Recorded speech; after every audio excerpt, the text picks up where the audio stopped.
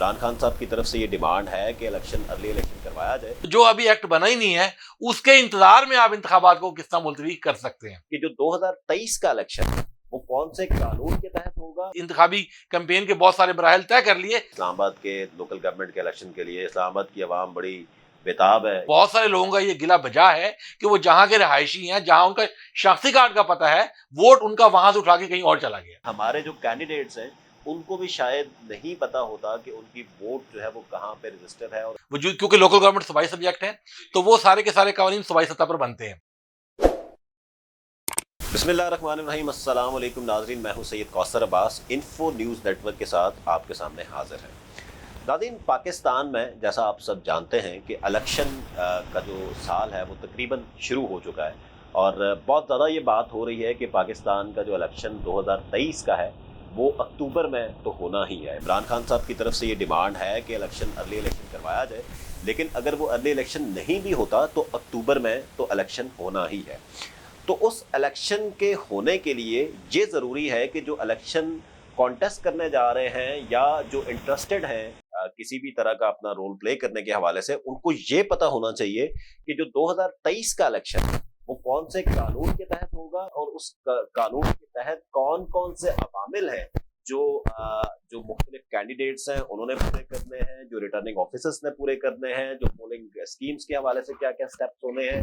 तो हमारे साथ मौजूद हैं आज इलेक्शन एक्ट पे बात करने के लिए एक्सपर्ट हैं, लॉयर हैं, जनाब राव अकरम खुरम साहब। बहुत बहुत शुक्रिया राव साहब, आपने हमें ज्वाइन किया।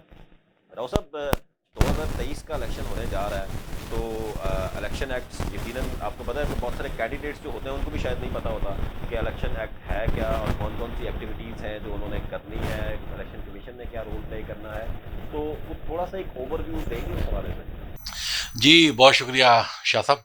अच्छा, ऐसे आपने इलेक्शन एक्ट की बात की तो बहुत सारे लोगों के नाज़रीन के इल्म में ये बात होगी कि 2017 से पहले पाकिस्तान में जो इंतखाबी कवानीन थे उनकी तादाद कोई 8-10 के लगभग थी। जो election representation of peoples act 1976 था जिसके तहत इंतखाबात का अमल जो है मुकम्मल किया जाता था।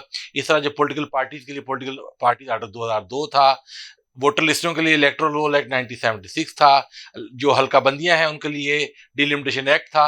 तो मुख्तलिफ कवानीन थे, लेकिन जो पार्लियामेंट थी उस वक्त की उन्होंने 2017 में इलेक्शन एक्ट 2017 मंजूर किया और इस इलेक्शन एक्ट में अब इलेक्शन से मुतल्लिका तमाम के तमाम सब्जेक्ट्स जो हैं वो इस इलेक्शन एक्ट में इकट्ठे कर दिए गए हैं। तो अब इलेक्शन एक्ट जो है वो वोटर लिस्टों की तैयारी की बात भी करता है, यही इलेक्शन एक्ट जो है हल्का बंदियों को भी डील करता है, यही इलेक्शन एक्ट जो है ये सियासी जमातों की रजिस्ट्रेशन के और उसके मुतल्लिका जितने अवामिल हैं उनको भी यही इसी इलेक्शन एक्ट के ज़िम्मे में आते हैं वो। और इसी तरह जो लोकल गवर्नमेंट इलेक्शन हैं और जो सेनेट के इलेक्शन हैं वो भी इलेक्शन एक्ट 2017 ही कवर करता है। इलेक्शन को अगर 2017 को जो एक्ट है इसको अमली शक्ल देने के लिए इसमें ही एक प्रोविजन डाली गई थी जिसके तहत इलेक्शन कमीशन को इख्तियार दिया गया था कि वो इलेक्शन एक्ट 2017 की जो प्रोविजंस हैं उन पर अमल दरामद के लिए रूल्स फ्रेम कर सकता है। तो इसी कानून में जो गुंजाइश दी गई थी उस गुंजाइश को इस्तेमाल करते हुए इलेक्शन कमीशन ने रूल्स फ्रेम किए, उन रूल्स को पब्लिक किया गया अवाम की आउटपुट के लिए और इतराज़ात के लिए और उनकी तजावीज़ के लिए, और फिर उन तमाम को हेयरिंग करने के बाद इलेक्शन कमीशन ने इलेक्शन रूल्स 2017 मुरतब किए। तो अब पाकिस्तान में जो इंतखाबात के अमल शुरू से लेके आखिर तक पूरे का पूरा अमल जो है वो इलेक्शन एक्ट 2017 और इलेक्शन रूल्स 2017 की जो प्रोविजंस हैं, जो रूल्स हैं उनके तहत। और ये रूल जो हैं ये लोकल गवर्नमेंट के लिए भी हैं, ये जनरल इलेक्शन के लिए भी हैं, ये सेनेट के लिए भी हैं, सारे इलेक्शंस के लिए यही रूल्स अप्लाई हो रहे हैं। अच्छा, ऐसे है कि जो यहाँ तक लोकल गवर्नमेंट की बात है, लोकल गवर्नमेंट के तमाम जो सूबे हैं और इस्लामाबाद, पांचवा इस्लामाबाद जो है, इनके लिए जो लोकल गवर्नमेंट के कवानीन सूबाई सतह पर वजूद, क्योंकि लोकल गवर्नमेंट सूबाई सब्जेक्ट है तो वो सारे के सारे कवानीन सूबाई सतह पर बनते हैं और इसी तरह कंडक्ट ऑफ इलेक्शन रूल्स भी मुतल्लिका सूबे ही बनाते हैं। अलबत्ता जो उसकी इलेक्शन का जो तरीक़ेकार है जो इलेक्शन का प्रोसीजर जो अडॉप्ट किया जाएगा, उसके लिए इलेक्शन एक्ट 2017 में एक चैप्टर प्रोवाइड किया गया है और उसी चैप्टर की जो शिकें हैं उनकी वजाहत और या उन पर अमल दरामद के तरीकेकार को तय करने के लिए इलेक्शन रूल्स में भी मुतलका चैप्टर मौजूद। अच्छा, इलेक्शन एक्ट जो इस्लामाबाद का जो है इलेक्शन एक्ट है, लोकल गवर्नमेंट का आईसीटी लोकल गवर्नमेंट एक्ट, वो 2015 का है और उसके तहत ही rule conduct of election rules भी बन चुके हैं। और ये जो इलेक्शन जो गुज़श्ता इंतखाबात थे इस्लामाबाद में लोकल गवर्नमेंट के, वो भी उसी कानून के तहत हुए थे और ये इंतखाबात भी उसी कानून के तहत होने जा रहे थे। लेकिन अभी जो गवर्नमेंट वफाकी हुकूमत है, उन्होंने पार्लियामेंट के दोनों ऐवानों से एक बिल मंजूर करवाया था, जो सदर साहब ने उसको असेंट देने की बजाय वापस भेज दिया है, जिसके बारे में शुनीद ये है कि अब उसको जो मुश्तरका इजलास है उसमें लेके जाया जा रहा है।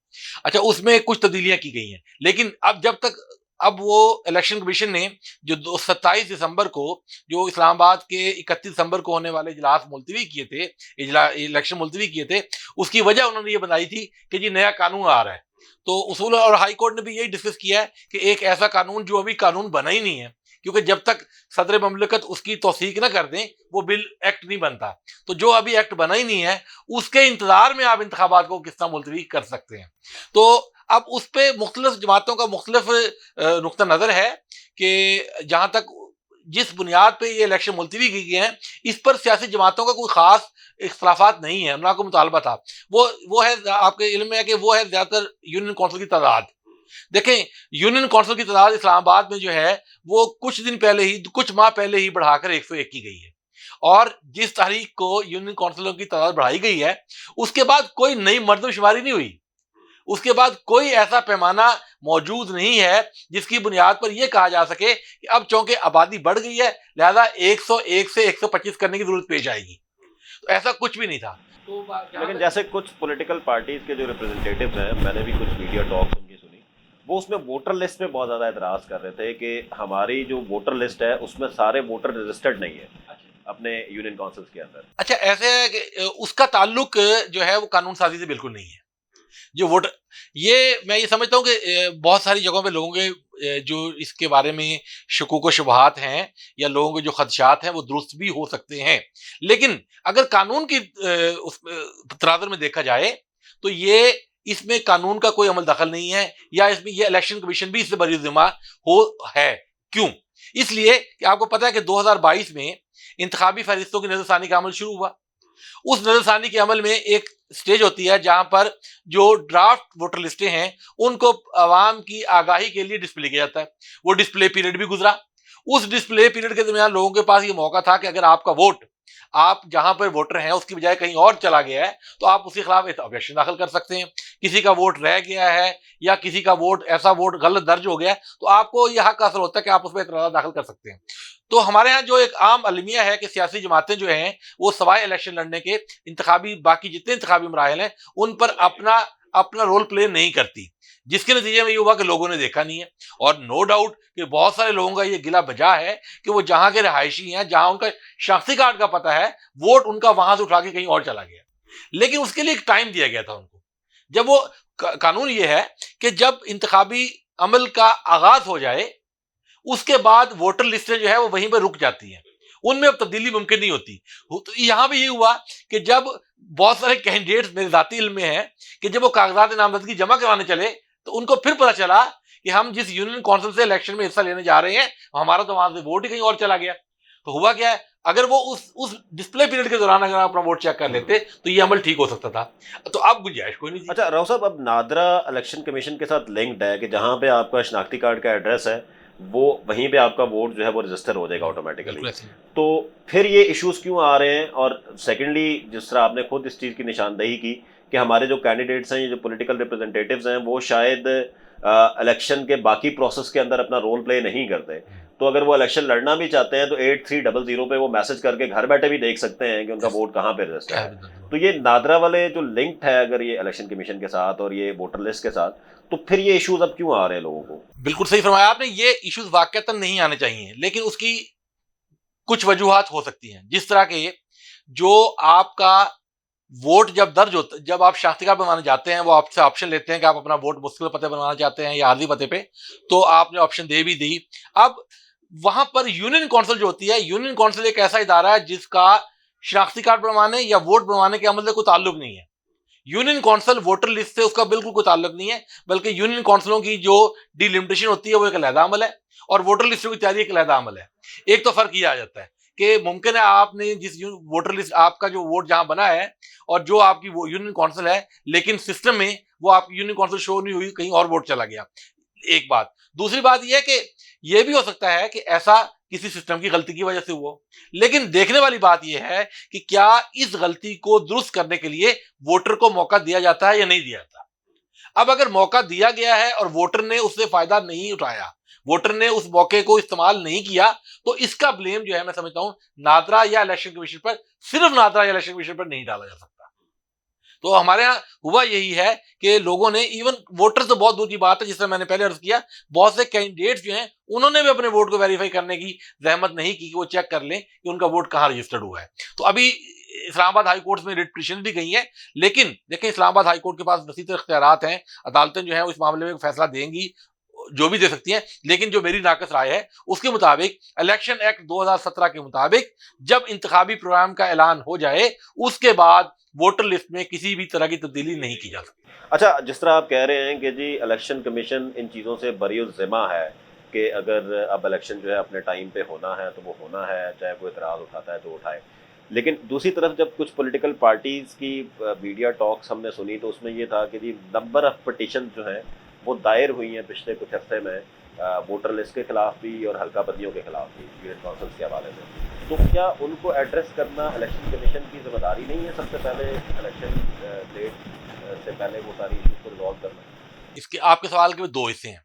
पहला हिस्सा है वोटर लिस्टों के हवाले से, वो मैं बड़ी तफसील से पहले बात कर चुका हूं कि वोटर लिस्टों पर इतराज करने के लिए एक मौका दिया गया था और कानून देखें, जो कानून इसी पार्लियामेंट ने बनाया ना, और उस कानून पर आज तक किसी ने कोई इतराज नहीं किया। कानून यह है कि वोट जब इंतखाबी प्रोग्राम का ऐलान हो गया वोटर लिस्ट में तब्दीली नहीं हो सकती, इलेक्शन कमीशन नहीं कर सकता। उनके पास ऐसी कोई डिस्क्रिप्शन नहीं है कि वो इस कानूनी जो प्रोविजन है इससे हट के कोई फैसला कर सके। इलेक्शन कमीशन का कोई इख्तियार नहीं है। हाई कोर्ट जो है अपनी कॉन्स्टिट्यूशन जुरिस्डिक्शन में अगर कोई दीगर बात करती है तो वो उस पर मैं कोई कमेंट नहीं कर सकता।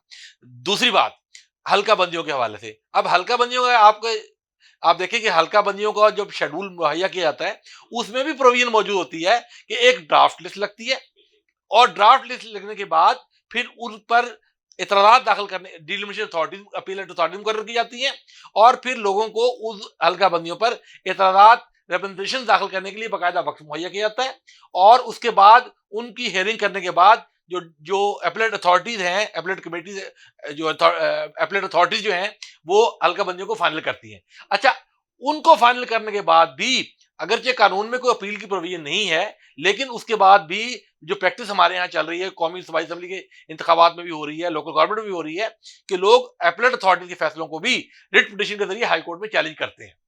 तो अगर ये सारी स्टेजेस गुजर चुकी थी, अब देखिए, अब जब इंतखाबात का ऐलान हो गया, लोगों ने कागजात नामजदगी जमा करवा दिए, इंतखाबी निशानात अलॉटमेंट हो गई, लोगों ने इंतखाबी कैंपेन के बहुत सारे मराहल तय कर लिए। अब इस स्टेज पर आकर इस बुनियाद पर ना तो इलेक्शन को चैलेंज किया जा सकता है और ना इलेक्शन को मुलतवी करना किसी भी तरह क्लीन इंसाफ है। कंक्लूडिंग क्वेश्चन कि अब क्या वे फॉरवर्ड है इस्लामाबाद के लोकल गवर्नमेंट के इलेक्शन के लिए? इस्लामाबाद की आवाम बड़ी बेताब है ये देखने के लिए कि हमारा मुस्तकबिल क्या होगा लोकल गवर्नमेंट का। देखें जी, इस वक्त तक, आज के दिन तक भी इंतखाबी जो इलेक्शन लोकल गवर्नमेंट, इस्लामाबाद का जो लोकल गवर्नमेंट एक्ट है वो वही है जो 2015 में है और वो वही है जिसके तहत इंतखाबी शेड्यूल का ऐलान, प्रोग्राम का ऐलान किया गया और वो आज तक वो एग्जिस्ट कर रहा है, क्योंकि जो पार्लियामेंट ने बिल पास किया था उसको सदन ने वापस भेज दिया और उसमें दोबारा कोई तरमीम नहीं हुई। इस वक्त तक कोई आने वाले कानून के इंतजार में ना तो इलेक्शन मुलतवी किए जा सकते हैं और ना ही उसके लिए इलेक्शन को आगे किया जा सकता है। तो मैं ये समझता हूं कि इस्लामाबाद हाई कोर्ट का फैसला भी बड़ा क्लियर है और कानून की मंशा भी बिल्कुल यही है। इलेक्शन एक्ट भी जो इलेक्शन कमीशन से तकाजा करता है कि वो 120 दिन के अंदर इंतखाबात का अमल मुकम्मल करे, तो जो नहीं किया गया। मैं ये समझता हूं कि जो भी सूरत है इस वक्त भी इलेक्शन कमीशन के लिए मेरी जो राय है वो यही है कि इलेक्शन कमीशन के लिए सबसे बेहतरीन रास्ता यही है कि वो अभी भी 2-4 दिन, 5 दिन, हफ्ते का जो भी उनको वक्त दरकार है वो मुकर्रर करके पोलिंग का ऐलान कर दे। आपके ये ख्याल सबके से लिए हो जाएगा बेहतर है। जनवरी के महीने में इलेक्शन?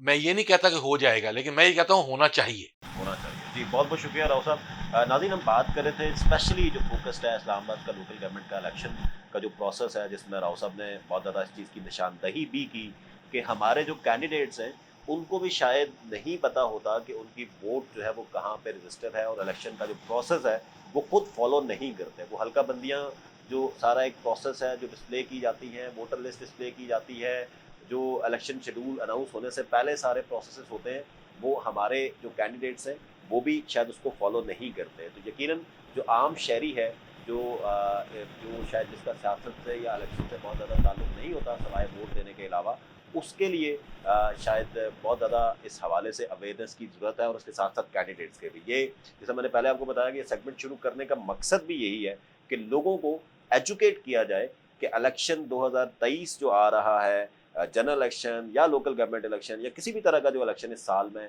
होने जा रहा है, उसके कौन से मराहिल हैं जो लोगों को जो है वो फॉलो करने हैं। तो हम मजीद अपने सेगमेंट्स के साथ भी इस इलेक्शन बीट में आपके सामने हाजिर होंगे। देखते रहिए इन्फो न्यूज़ नेटवर्क।